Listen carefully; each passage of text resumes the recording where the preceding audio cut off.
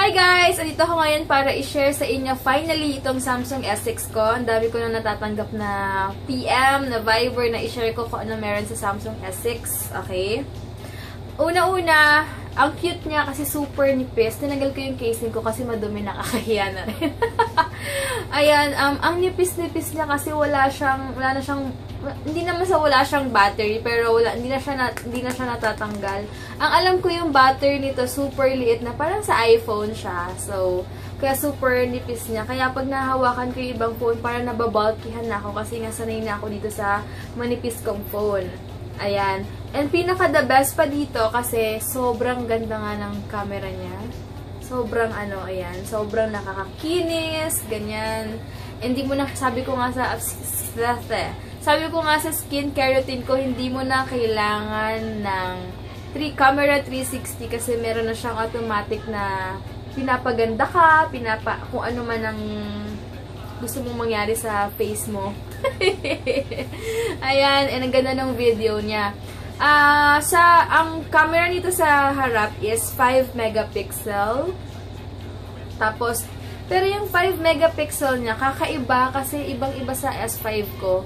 Dahil ito parang HD na siya, and the best na talaga kahit mag-film ako using yung front cam ko, okay na okay siya. And then, sa back camera niya, same lang sila ng megapixel ng S5. Kaya lang, ito, HD na rin, and kakaiba, may tawag silang something, ganon. So, ayan, di ba, may edge nito, tsaka Samsung S6. Yung edge, syempre may edge siya. Kaya lang, medyo pricey yon. And sabi ko, kung ang habol ko lang naman, camera, tapos, same quality naman sila, same specs, etc. Sabi ko, doon na lang ako sa medyo affordable. Ayoko namang ipilit yung edge para lang magpa-impress o kung ano man, diba? Kung hindi naman talaga kung ano lang yung pasok sa budget. And, ayan, kaya pinili ko Samsung S6. Okay na to kasi camera lang naman din yung habol ko. Pero kung may choice din ako, and syempre kung unahin ko yung sarili ko, edge talaga rin maganda kasi medyo bongga siya. And, ang elegant lang yung look niya. Pero, syempre, okay na to. Masaya na ako dito. Importante na naka-Samsung S6 ako. And, maganda yung quality ng camera niya. Okay, isahin ko na. Review, tsaka kung ano man yung request niya susundin ko. Ayan, hi Matt! May message siya sa akin. Ayan, ito, meron dito, wait lang, kikita niyo ba ako? Ayan.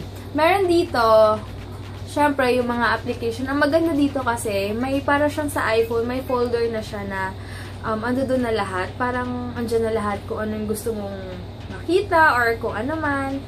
Tapos meron naman akong sa banks ko, like BDO and BPI, kasi sa business ko, diba? And meron naman akong editors. Alam yung mga editors ko, yung Instabox, for for pictures, for collage, tapos Snapseed to, bihira ko nang gamitin to, in yung PixArt. Pero madalas kong ginagamit yung Instabox, tsaka ano pa ba? Yung repost. Kasi mahilig ako mag-repost ng post ni Heinz. So, ayan. And VS Comcam. Yung VS, ayun, nawala. Yung VS Comcam, tinuro lang sa akin ni Sandra do, pero sobrang ganda mag-edit. Pero minsan wala na akong time mag-edit. I mean, sa Instagram na ako nag-edit. So, bigla ang post na. Parang, alam nyo naman ako, so, sobrang excited ako palagi. So, kapag nag-post ako, post agad. Alam nyo yan. And then, meron akong mga not important, pero feeling ko sa iba important to. Pero sa akin, hindi siya masyado. Kaya nilagay ko, pinagsama-sama ko yung messages, voice recorder, Galaxy apps, video, camera. Kasi yung camera nasa na naman niya. Tapos meron syempre gallery, Viber, settings, Play Store. Ayan, yan lang. Ginawa ko kasi para hindi ako mahirapan. Ayan lang, pinagsama-sama ko na sila. Ganyan-ganyan lang siya. And kung ako sa inyo guys, kung mag-upgrade kayo ng phone, mas maganda kung may budget lang din naman kayo, S6 na, kasi andito na lahat. Ang dami may nagtatanong bakit ayaw ko mag-iPhone. Una-una, hindi ako sanay sa iPhone. And gusto ko talaga, kung sa totoong buhay, diba, mas maganda talaga yung camera ng Samsung kesa sa iPhone. Sorry sa mga iPhone users dyan, pero para rin sa akin, kasi na-compare ko yung video ng iPhone 6 Plus. Ay, C Plus ba yun? Ay, basta iPhone 6 Plus yata. Something ganon. Kinompare ko, iba talaga yung linaw ng Samsung. Ikita nyo naman sa vlog ko. Ang mahirap lang, sa sobrang linaw nito, hindi siya kinakaya ng editor ko. Kaya, minsan, hindi ko hindi talaga sobrang yung quality buong buo. Kaya minsan binababa ko siya sa HD. Pero syempre, nakikita nyo naman kahit HD, medyo nag-improve naman konti yung resolution ng S6 ko compare sa dating videos ko, diba? So, ayun lang guys. And syempre, pinili ko na naman yung white kasi mahilig ako sa white na phone dahil kahit anong case ko, pwede, carry naman. And dual SIM pala siya. Yung SIM card nito, nano SIM, tama ba yung pag-pronounce ko? Dual SIM siya, pero pero syempre, isa lang yung SIM card na pinalagay ko kasi ayoko nang dala-dalawa, nalilito ako. Parang kung nag-text ka, may 1 and 2 pa, parang ganon. Tapos, maganda dito kasi dito na yung headset niya. Diba usually dito sa taas, pero ito dito na siya. Tapos yung charger. Grabe, the best to kahit wala akong extra battery kasi minsan diba kahit nag-vlog ako, kahit na half day lang tumatagal yung battery, syempre lagi ako nag-video, lagi ako nag-upload. Half day lang talaga siya, pero syempre sa sobrang high-tech niya, yung charger niya super fast talaga, fast charger talaga siya.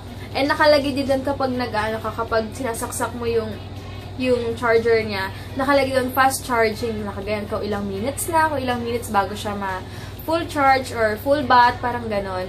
So, maganda dito kasi 1 hour and 20 minutes lang ata. Or depende kung isasagot mo siya 1 hour and 20 minutes or 30 minutes, full batt na siya. Kaya minsan, konting saksak mo, nagmamadali ka, konting saksak mo lang. Tapos, kung gusto mo, makikicharge ka lang, syempre, bantay mo yung phone mo.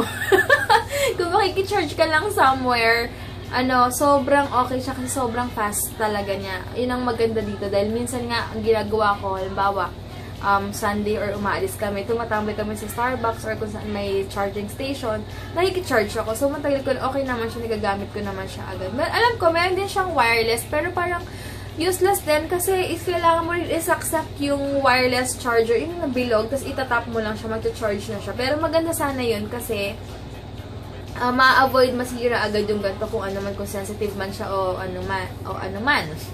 Diba? Yun lang yung kinagandahan niya, kaya lang hindi ko pa alam kung saan may nagbibenta. Nakakatakot naman kung bumili tayo sa iba-ibang kung dyan-dyan. Baka mamaya may class A na naman yun. Pero kung gusto nyo, kung may S6 na kayo, bibili kayo yung S6. Kung gusto nyo nang may wireless charger, mas maganda sa Samsung talaga kayo mismo bumili kasi mahirap na dahil super sensitive. Sabi nga dun sa Globe na yung charger niya, wag daw gagamitin kung hindi S6 yung phone. Kasi, masisira, alam ko masisira yung charger ba, masisira yung phone, pero, kasi, made talaga siya for Samsung S6. Kaya, ayun, wag niyong gagamitin basta-basta yung charger niyo kung saan sa ang phone. Kaya ako, pareho kaming white na charger ni Heinz. Ginawa ko hindi ko talaga tinanggal yung plastic para alam namin kung kanino yung talaga yung akin tsaka yung sa kanya kasi, mahirap na dahil sensitive nga itong mga Samsung phone sana pag high-end. And, pala siya, Lollipop na yung software niya. And then, ano pa ba yung sasabihin ko? Octa-core na siya, kaya super duper bilis lalo na kapag nasa LTE area ako. Sa mga naka-data or naka-plan, alam niyo yung LTE. Super pinakamataas and pinakamalakas na internet connection yan. So, maganda siya. Kaya, bili na kayo guys. Para nagbibenta lang ng Samsung S6. Para hindi, no joke guys. Maganda talaga itong Samsung S6. Ayan. So, yun lang guys. Sana nagustuhan nyo itong simple review ko. And, yun lang. Thank you so much. Thanks.